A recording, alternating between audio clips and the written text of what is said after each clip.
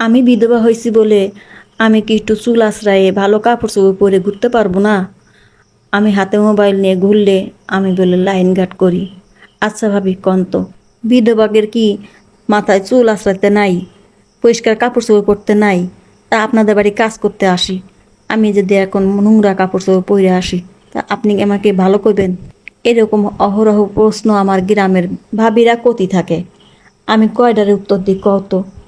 আমার ছেলেটার কেবলমাত্র ভাতা পাওয়ার জন্য কাগজপত্র ঠিক করতেছি, তা সেখানতে অফিসাররা ফোন দেয় একভাবে, তা আমার তো ফোন হাতে থাকা লাগে, যদি আমার না পাই তা আমার সওয়ালের কাগজটা আমি করতে পারবো না, তাই জন্য ফোনটা নিয়ে বেড়াই।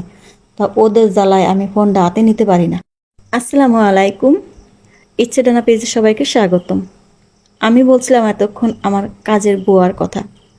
আমার কাজের বুয়া অর্থাৎ আমার কাজের ভাবি, সে মহিলাটা ইদানিং কিছুদিন হলো বিধবা হয়েছে, নতুন বিধবা। এখন তার দুটো ছোট ছোট বাচ্চা আছে, একটা 9 বছর বয়স, একটা 5 বছর পুরো হয়নি, এখনো 5 বছর চলতেছে। সেই বাচ্চাটা নিয়ে আমাদের বাসায় সে অনেক কষ্ট করে কাজকর্ম করে। সে খুবই দরিদ্র আর খুব অসুস্থ একটা মহিলা। তারপরও দুটো ভাতের জন্য তার দুটো বাচ্চা নিয়ে সে কিভাবে চলবে সেই আশায় আমাদের এখানে কাজে আছেন। কিন্তু ওদের গ্রামের লোকজন ওকে শান্তিতে থাকতে দিচ্ছে না, পারলে তাকে ভিটে ছাড়া করে। এমনই একটা অসহায় অবস্থার মধ্যে সে আছে। আমরা তাকে সাহায্য করি, আমরা তার সাপোর্ট দিয়ে আছি বলে এখনো পর্যন্ত তার ভিটে বাড়িতে সে ভালো আছে। তো আমাদের সমাজ এমন কেন? বিধবা, তারপরে যারা ডিভোর্সি মেয়ে, তাদের এত নিচ চোখে দেখে কেন? ডিভোর্সি মহিলা কিংবা বিধবা নারী, এদের এত নিচে চোখে দেখে কল্পনার বাইরে। আচ্ছা, তাদের কি কোনো জীবন না? তাদের কি কোনো শখ আহ্লাদ নেই? তারা বিধবা হয়েছে, তারা ডিভোর্সি হয়েছে, এটা কি তাদের কোনো দোষ? তাদেরও তো ইচ্ছা অনিচ্ছা আছে, শখ আহ্লাদ আছে না? এগুলো কেন আমাদের সমাজের মানুষ বোঝে না?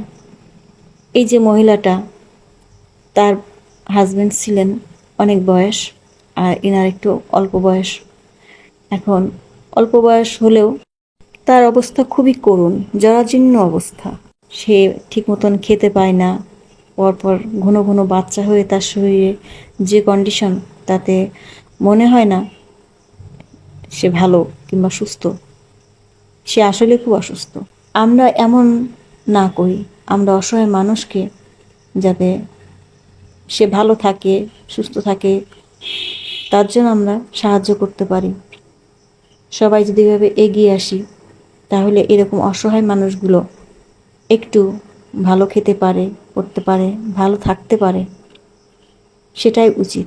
সবাই মিলে অসহায়দের সাহায্য করি, এই হোক আমাদের প্রত্যয়। আজ এই পর্যন্ত। ভালো থাকবেন সবাই। আল্লাহ হাফেজ।